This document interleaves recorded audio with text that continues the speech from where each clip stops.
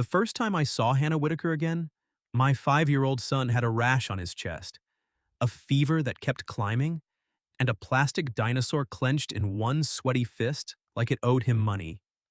Not exactly the romantic reunion a man imagines when he thinks about his first love. I was 32, running on 3 hours of sleep, gas station coffee, and the specific fear that you are overreacting and somehow still not reacting fast enough. Dad, Noah mumbled from the exam table, his brown hair sticking up in every direction. If they give me a shot, I'm moving out. That's fair, I said, sitting beside him. But you'll need a job first. I can sell rocks. Strong business model. He gave me a weak smile, and I tried not to let him see how closely I was watching his breathing. I'm Caleb Porter. I manage overnight logistics for a regional grocery warehouse outside Columbus, which is a fancy way of saying I spend most nights making sure milk, cereal, and frozen pizzas get where they're supposed to go before sunrise. It pays the bills. It gives me health insurance. It also means I've learned to function like a human being while my body quietly files complaints. Noah's mother left when he was 2. Not in a dramatic, movie scene way. No screaming in the driveway, no suitcase thrown into a cab. Just a slow fade from overwhelmed to absent. These days she sent birthday cards late and called when guilt caught up with her. So it was mostly me. Me packing lunches with uneven sandwich triangles. Me learning the difference between a bedtime stall tactic and a real nightmare. Me standing in pediatric waiting rooms trying to look calm while my heart acted like it had no training. That morning, Noah's cough had turned rough, and his fever hit 102.8. Then the rash showed up, and my brain immediately turned into a search engine from hell. The nurse, a cheerful woman named Patrice, had already taken his temperature and oxygen level. She'd assured me we were in the right place, which helped a little. Then she said, "Dr. Whitaker will be in shortly." I didn't react at first. Whitaker wasn't an uncommon name, Hannah wasn't either. There were probably 1,000 Dr. Whitakers in Ohio. Maybe more. I told myself that while Noah made his dinosaur walk across my knee. Then the door opened, and 18 years folded in half. She stepped in wearing a white coat over navy scrubs, her dark blonde hair pulled back, a stethoscope around her neck, and that same serious little crease between her eyebrows she used to get when she was concentrating in high school chemistry. Hannah Whitaker, my first girlfriend, my first kiss behind the bleachers after a rainy football game, my first ridiculous love note folded into the shape of a triangle, the first girl who ever looked at me like I was more than a quiet kid with bad posture and a used guitar. She froze for half a second, not long enough for Noah to notice. Long enough for me to forget how breathing worked. "Mr. Porter?" she said, her voice professional but softer at the edges. I stood too fast and nearly knocked over the little rolling stool. "Yes, Caleb. Mr. Porter. Yes." Smooth. Very smooth. If there had been a hole in the floor, I would have climbed into it and asked someone to tile over me. Her eyes flicked to my face, then away. "And this must be Noah." Noah lifted the dinosaur. "This is Rex. I'm Noah." "A very important distinction," she said, and smiled. There it was. That smile. Older now, calmer, but still capable of reaching straight through my ribs and rearranging things. She washed her hands, then turned fully toward my son. From that moment on, she was his doctor, and I respected her even more for it. No lingering looks. No strange personal questions. No awkward reunion in front of a sick child. She asked Noah about his cough, his throat, his rash, his breakfast. She knelt so she could meet his eyes. When he got nervous about the tongue depressor, she said, "I'm only going to borrow your roar for 2 seconds." Noah opened his mouth like a dragon. I watched her examine him with steady hands and a gentle voice, and something in my chest ached with memory. Because the Hannah I remembered had wanted to be a doctor since she was 16. Back then, she volunteered at nursing homes, carried flashcards in her backpack, and got mad at me when I said she studied too much. "You always act like the future is chasing you," I told her once. She'd answered, "Maybe it is." And then it had caught her. A scholarship out of state. Her parents pushing hard. Me staying behind because my dad got sick and my family needed money. A few missed calls, one dumb argument, one letter I wrote and never mailed because I was 19 and proud and stupid. Then silence. Now she was here, pressing a stethoscope to my son's back. "Deep breath for me, Noah," she said. He glanced at me. "You've got this, buddy," I told him, brushing my hand over his hair. Big, slow dragon breaths. He did it. Hannah's eyes lifted briefly to mine. Something changed in her expression. Not shock this time, not nostalgia. Something warmer, almost tender. After the exam, she explained that Noah likely had a viral infection with a mild allergic reaction, probably from the new cough syrup I'd given him the night before. Nothing life-threatening, no pneumonia signs. She gave clear instructions, wrote down what to watch for, and told me to call if his fever didn't break by morning.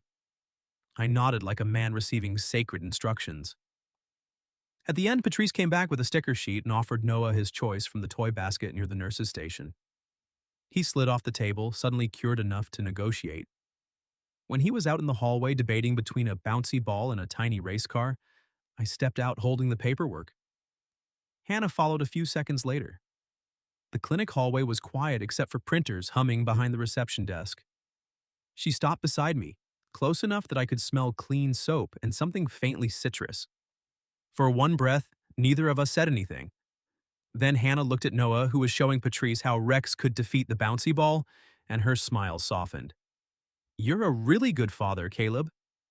The words hit me harder than they should have. I swallowed. "I'm mostly guessing. Aren't we all?" Then she leaned just a little closer, her voice dropping to a whisper meant only for me. "And for the record." Her eyes met mine, bright with a courage I remembered. "You got even more handsome." For a second, I forgot I was holding discharge papers, a pharmacy slip, and my son's half-zipped jacket. I just stood there like the old version of myself had taken over. The 17-year-old boy who used to wait by Hannah's locker pretending he wasn't waiting. "Oh," I said. "Brilliant." Hannah's smile grew, but only a little. She didn't make it cruel. She never had. "Oh," she repeated. "I mean, thank you."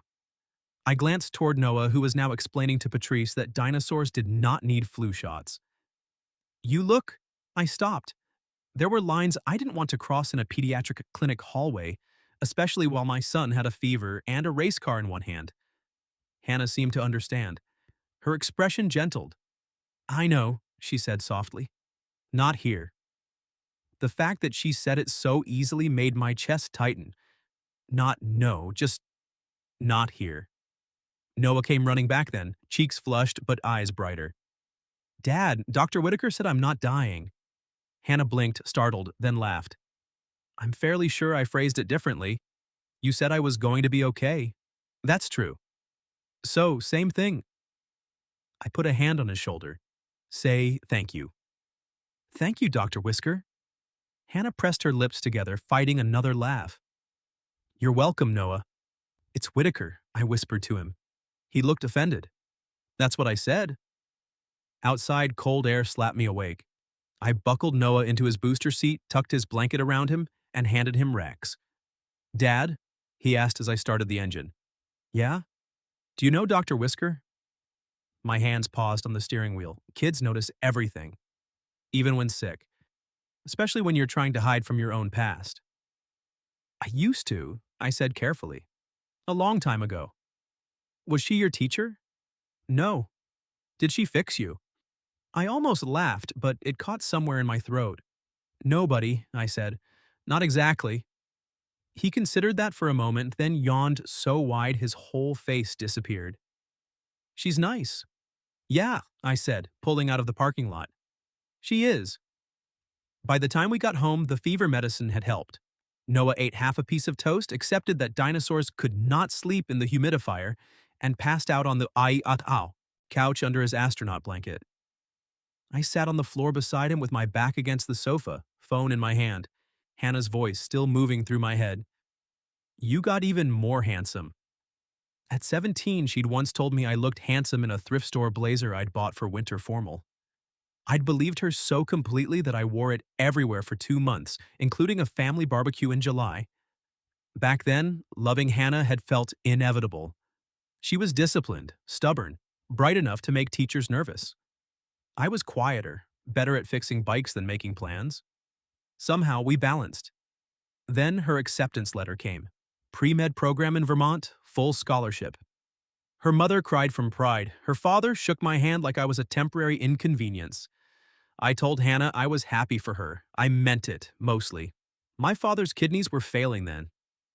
My mother worked double shifts at the diner. I'd been accepted to a state school, but every time I looked at the tuition numbers, I saw my parents' overdue bills stacked on the kitchen table. So I stayed. Hannah left. For a while, we tried. Late night calls, long emails, care packages with stupid inside jokes. But distance has a way of turning small insecurities into evidence. One weekend, I planned a visit. Bought a bus ticket with money I should have used for car repairs. Then my dad collapsed and I missed the trip without warning her until hours later. She thought I'd changed my mind. I thought she didn't understand. We were both tired, both scared, both too young to say, "I'm hurt," without making it sound like blame. The last call ended badly. It was a Tuesday. I know that because I was standing in the driveway with the phone against my ear and a socket wrench still in my other hand, and I never once put the wrench down, which tells you everything about how well I was listening. "I can't keep begging you to choose me," she said. "I'm not choosing against you," I snapped, but it sounded the same. It sounded exactly the same. Then she waited. I understand now that she was waiting for me to say one more sentence. Any sentence. I have had 18 years to decide which one it should have been, and I still do not know. What I said was, "I have to go. Dad needs me." That was true. It is also the most convenient true thing I have ever said to another person. After that, pride did the rest. I looked at my sleeping son, his little mouth open, one hand resting on Rex's plastic tail. Life had not turned out the way I imagined, but Noah had become the center of it. The good part. The part I would choose again, even on the hard days.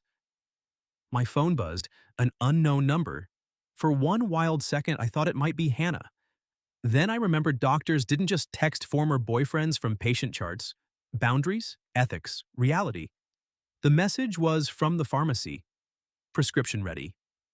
I exhaled, half relieved, half disappointed, and felt ridiculous for both. The next morning, Noah's fever broke. By afternoon, the rash had faded from angry red to pale pink. He was still coughing, but his energy had returned enough for him to build a pillow fort and declare it a hospital for injured stuffed animals. At 3, the clinic called for a follow-up. Not Hannah. A receptionist with a bright voice confirmed Noah's symptoms were improving and reminded me to continue fluids. Just before hanging up, she added, "Dr. Whitaker also wanted me to let you know she's glad he's doing better." My grip tightened around the phone. "That's kind of her," I said. And, the receptionist hesitated.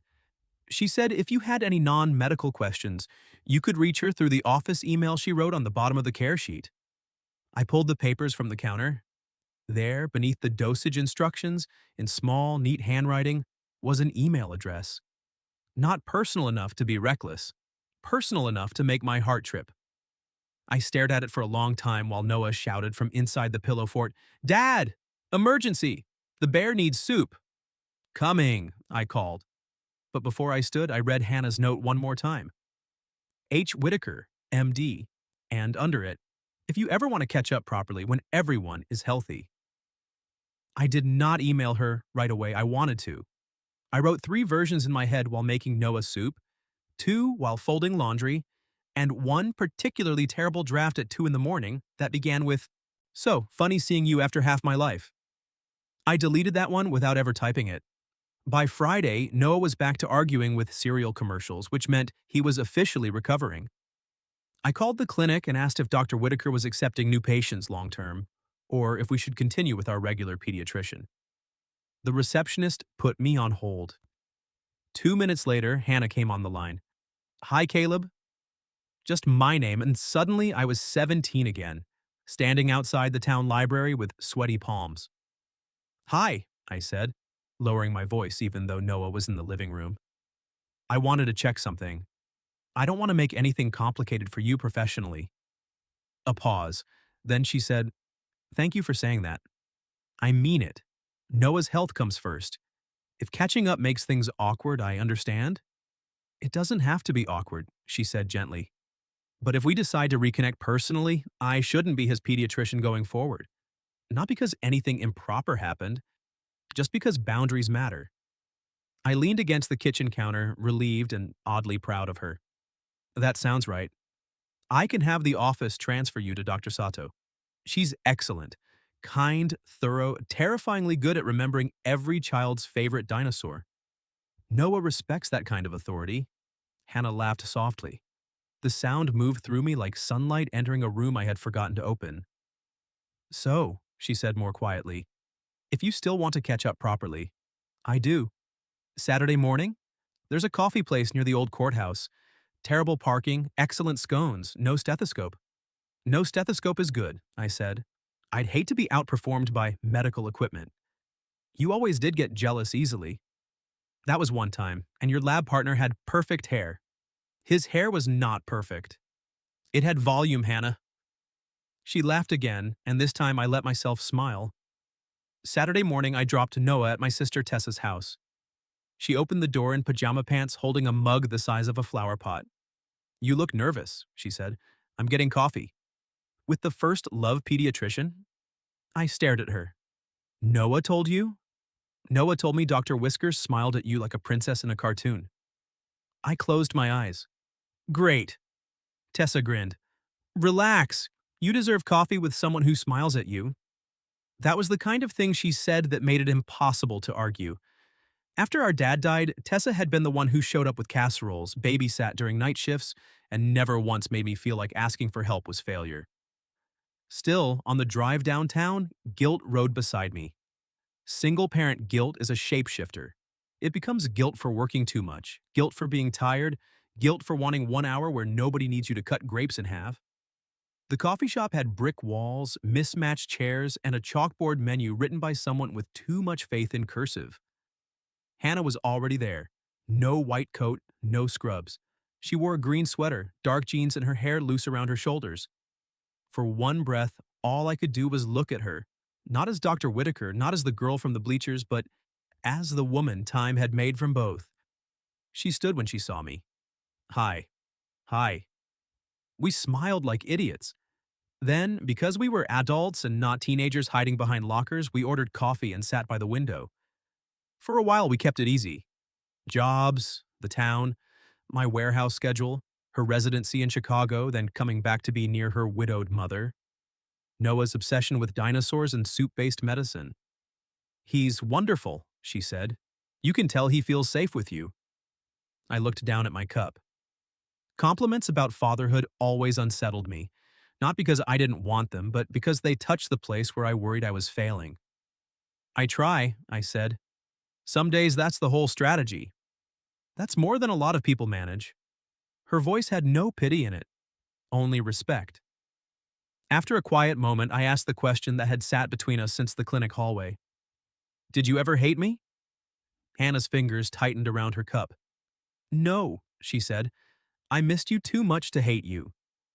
The honesty nearly knocked the air out of me. "I thought you stopped needing me," I admitted. "You were out there, becoming everything you said you'd become." "I was here changing oil, driving my mom to dialysis appointments for dad, pretending I wasn't jealous of your new life." "I was lonely," she said, "and scared. Everyone thought I was so confident, but I cried in stairwells between labs. When you missed that visit, I told myself it meant you were done with me." My dad collapsed that morning. "I know that now." Her eyes shimmered, but she didn't look away. "Back then, I only knew you called 6 hours late and sounded angry that I was hurt." "I was angry at myself. We were kids, Caleb." "Still hurt you."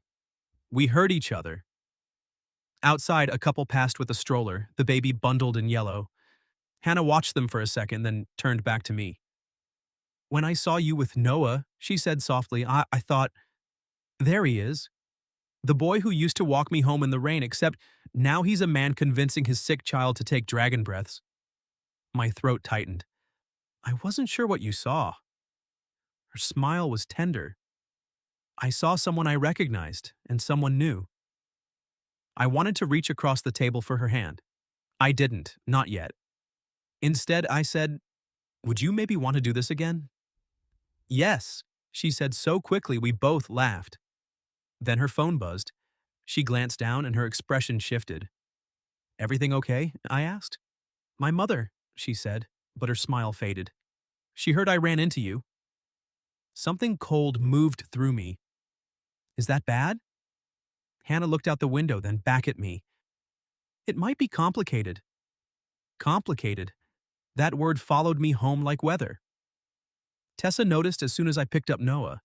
He was in her kitchen wearing a blanket as a cape, eating crackers from a bowl like a tiny king. "Well?" she asked. "It was good." That sounded like a man describing a dental cleaning.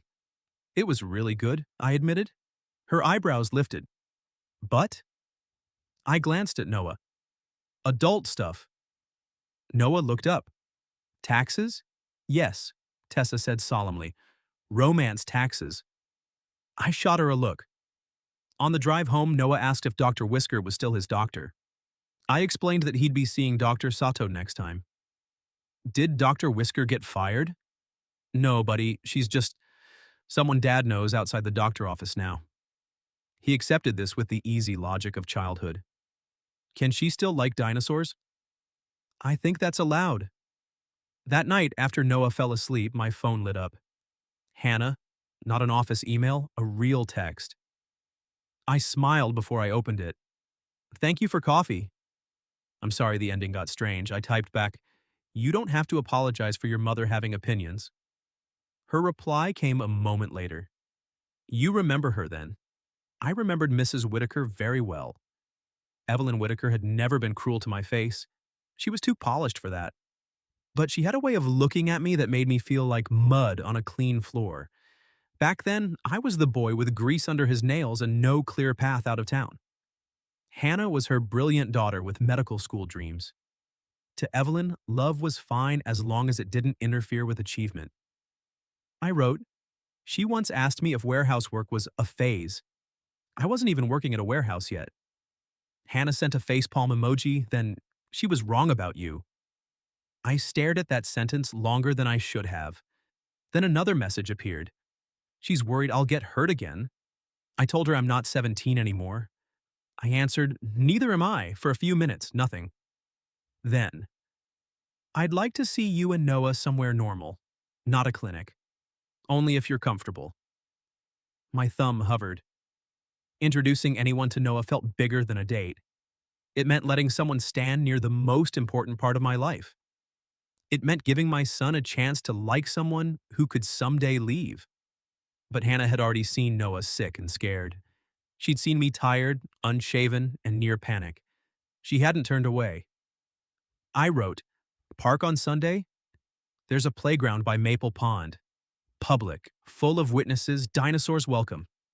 Her answer came fast. "I'd like that." Sunday was bright and cold. Noah wore his red coat and carried Rex in one pocket. I warned him we were meeting my friend, Hannah. "Dr. Whisker, Hannah?" "Just Hannah today." He squinted at me from the back seat. "Is she your girlfriend?" I nearly swerved into a mailbox. "No, she's a friend." "Was she your girlfriend?" I looked at him in the rearview mirror. "A long time ago." He nodded, satisfied. "Did you sell rocks together?" "Not professionally." Hannah was waiting near the benches with 2 hot chocolates and a small bag of duck-safe pellets from the park dispenser. "You came prepared," I said. "I survived pediatrics," she replied. "Preparation is half the job." Noah eyed her. "Do you have shots?" "Not one." "Okay, you can come." They fed ducks first. Hannah didn't force closeness. She let Noah set the pace, listened seriously as he explained that Rex was not a T-Rex but a battle consultant, and asked whether dinosaurs preferred soup or sandwiches. "Soup," Noah said, "but only if not too hot." "Important safety note," she said. I watched them from a few steps away, hands in my coat pockets, trying not to feel too much. But it was impossible. Hannah laughed when Noah demonstrated a dinosaur sneeze. Noah laughed because she laughed. The sound of it stirred something dangerously hopeful in me. Later at the playground, Noah climbed the rope bridge while Hannah and I stood near the mulch. "He's careful," she said. "He wasn't always. Last year he jumped off the couch wearing a laundry basket as armor." "Did the armor help?" "Emotionally, yes." She smiled, then grew quiet. "My mother asked if you had made something of yourself." There it was. The old wound dressed in new clothes. I looked toward Noah. "And what did you say?" "I said you're raising a kind, secure little boy by yourself. I said you work hard, show up, and don't run from responsibility." Her voice softened. "I said that counts more than any title she respects." I swallowed against the tightness in my throat. "I'm not glamorous, Hannah. I'm not looking for glamorous. I work nights. My house is usually one spilled juice away from collapse. Sometimes dinner is scrambled eggs because I forgot groceries existed." "That sounds like a life," she said. "A real one." Noah called from the top of the slide. "Dad, watch." "I'm watching," I called back. He slid down, landed badly, and burst into tears. I was moving before I thought. I crouched, gathered him gently, checked his ankle, his knee, his pride. "Breathe, buddy. I've got you. Show me where it hurts." He sobbed into my shoulder. The ground attacked me. It was very rude. Hannah stayed back, letting me handle him, but I felt her watching, not judging, seeing. When Noah calmed, she offered him a napkin for his muddy hands and said, "For the record, the ground is on thin ice." He sniffled. "Can we get fries?" I kissed his hair. Medical necessity. Hannah laughed softly. And when I looked at her, her eyes were bright in a way that made my chest ache. As Noah ran ahead toward the parking lot, she touched my sleeve. "Caleb," she said, almost a whisper. "This is what I meant." "What?" "You like this." Her gaze moved from my face to my son and back again. "I wish I'd known this version of you sooner." I wanted to say something brave. Instead, my phone rang. Noah's school flashed across the screen. On a Sunday. My stomach dropped before I answered. "Mr. Porter?" a woman said when I answered. "This is Mrs. Keating from Noah's school. I'm sorry to call on a Sunday." My hand tightened around the phone. "Is everything okay?" "Yes, Noah is fine. I just wanted to confirm something before tomorrow." She hesitated. "A woman came by the office Friday near dismissal. She said she was Noah's mother and asked about being added to the pickup list." The park blurred for a second. Noah's mother. Erin. "She isn't authorized," I said carefully. "Not without speaking to me first." "That's what we have on file. We didn't release any information, but I thought you should know." "Thank you," I said, my voice rougher than I intended. "Really.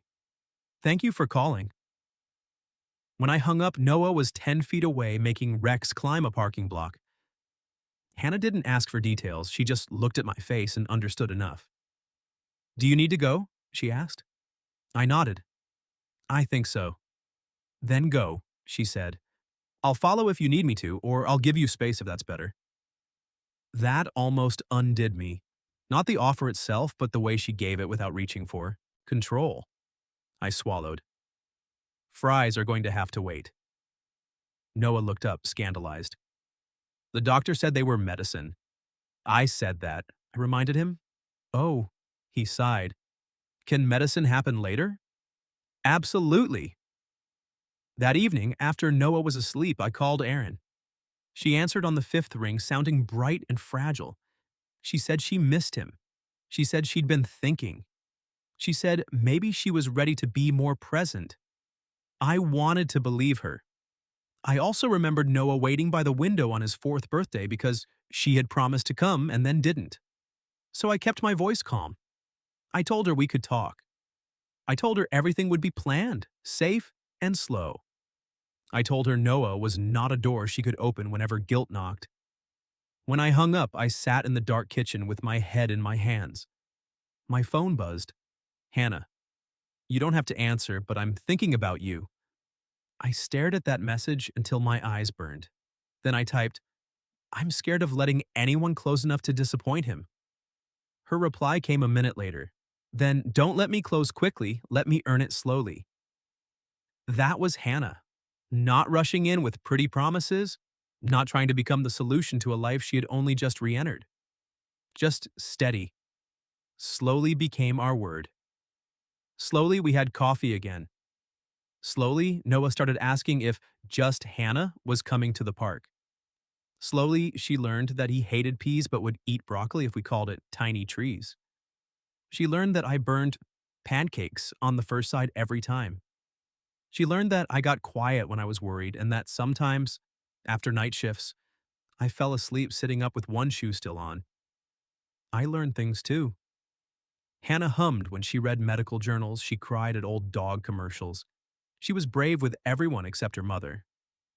Erin came in March. She was 40 minutes late, which I had prepared Noah for, and she brought a stuffed elephant meant for a much younger child, which I had not. He was polite. That was the part that got me. My 5-year-old shook his mother's hand. She stayed 2 hours. She was warm and funny, and she cried a little in the driveway, and she told him she would see him soon. 3 weeks later, she canceled. Noah took it the way he takes everything, which is to say he did not take it at all. He said, okay. He went and got Rex. Then, at bedtime, he asked me whether a person was allowed to have 2 moms if the first one was busy. I told him we would talk about it in the morning, and then I sat on the floor outside his door for a long time. I told Hannah the next night on the phone because I needed to say it out loud to somebody who was not my sister. And Hannah said, "Let me talk to him." What? Not as his doctor, just, I have had this conversation with a lot of kids, Caleb. There are ways to say it that don't leave them holding it by themselves. Something in me went cold and fast. He's not one of your patients. That's not what I meant. You've known him 4 months. She was quiet. I heard myself and I did not stop. I've been doing this alone since he was 2. I don't need a consultation. Okay, she said. That was all. Okay. And then, carefully, I'm going to hang up now before one of us says something we have to apologize for. She hung up. I sat in my kitchen and understood that I had just done the exact thing I did at 19. Somebody offered to carry part of it, and I turned the offer into an insult because being helped has always felt to me like being caught. It took me 2 days to call her back. At 19, the same phone call had taken me 18 years. She picked up on the second ring. I was wrong, I said. You weren't offering to be his doctor. You were offering to help, and I made it small because that was easier than saying, I don't know how to answer him. I overstepped, she said. I do that. I go straight to fixing. It's why I'm good at my job, and it's why the last man I dated left. That was the first thing she had ever told me that made her sound like a person instead of a second chance. So, what do we do? I asked. You answer him, she said. You, not me. And afterward, if you want, you tell me what you said and I'll tell you whether I think it landed. That is the entire offer. So I answered him. The next night, I sat on the edge of his bed and told him the truth in the smallest words I had. I said his mom loves him and also has a hard time doing the things love is supposed to make a person do. I said both of those were true at the same time, and that grown-ups find that confusing too. I said it was not because of anything he did or said or was. He thought about it for a while. Then he said, "Is it because I'm not interesting?" I had to wait a second before I could answer that one.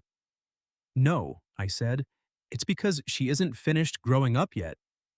Some people take longer, and it is not your job to wait at the window for her. He was quiet. Then he said, okay, and rolled over and asked whether Hannah was coming Saturday. I said I hoped so. I called her afterward and told her what I'd said, and she listened all the way to the end without fixing one word of it. It landed, she said. One evening, we ran into Evelyn Whitaker at a small Italian place downtown. Her eyes moved from Hannah's hand in mine to Noah coloring beside me. For a moment, I was 19 again, waiting to be measured and found lacking. But Hannah spoke first. Mom, this is Caleb. You remember him, and this is Noah. Evelyn looked at my son. Noah lifted a crayon. I'm drawing a dinosaur eating spaghetti. That sounds messy, Evelyn said. It's emotional, Noah explained. To my surprise, she smiled. Not much, but enough to begin. Later, while Hannah took Noah to wash tomato sauce off his sleeve, Evelyn stood beside me near the hostess stand. I was hard on you years ago, she said. I didn't pretend not to understand. Yes, ma'am. She glanced toward her daughter. I thought I was protecting her future. I loved her future, I said quietly. I just didn't know how to fit inside it back then. Evelyn studied me. And now? Now I know love isn't about fitting into someone's perfect plan. I looked at Noah, laughing as Hannah dried his hands with a paper towel. It's about showing up for the real one. Evelyn didn't apologize exactly, but the next week she sent Noah a dinosaur encyclopedia with a note that said, "For your research." That was enough. By the following spring, Erin had visited Noah 3 times under a plan we made with a counselor.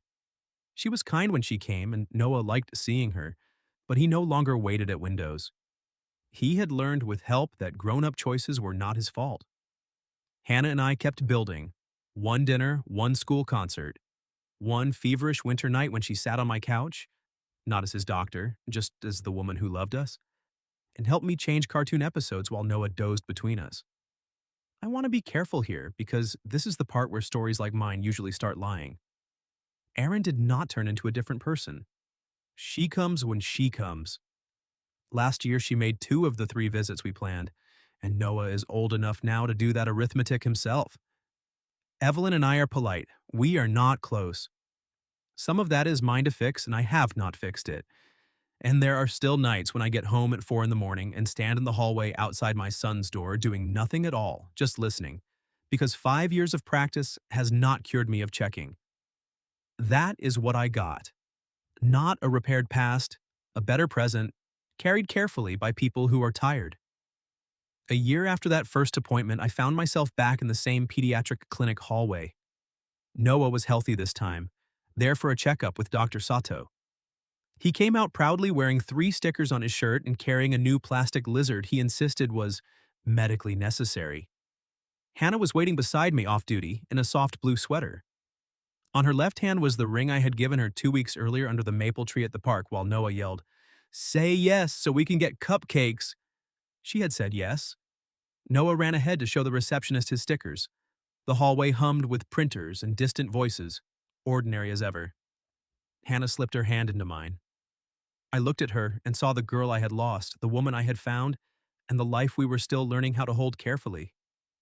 She leaned close, smiling, like she knew exactly where my mind had gone. "For the record," she whispered, "you got even more handsome." And this time, I didn't freeze.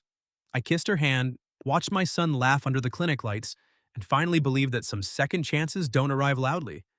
Sometimes they enter quietly, wearing a white coat, carrying a stethoscope, and seeing the man you became when love gave you someone to protect. Have you ever had someone walk back into your life at the exact moment you had nothing left to perform with? And have you ever mistaken kindness for something your heart was too afraid to name? Tell me your story in the comments. If you liked this one, leave a like, subscribe, and I'll see you in the next video.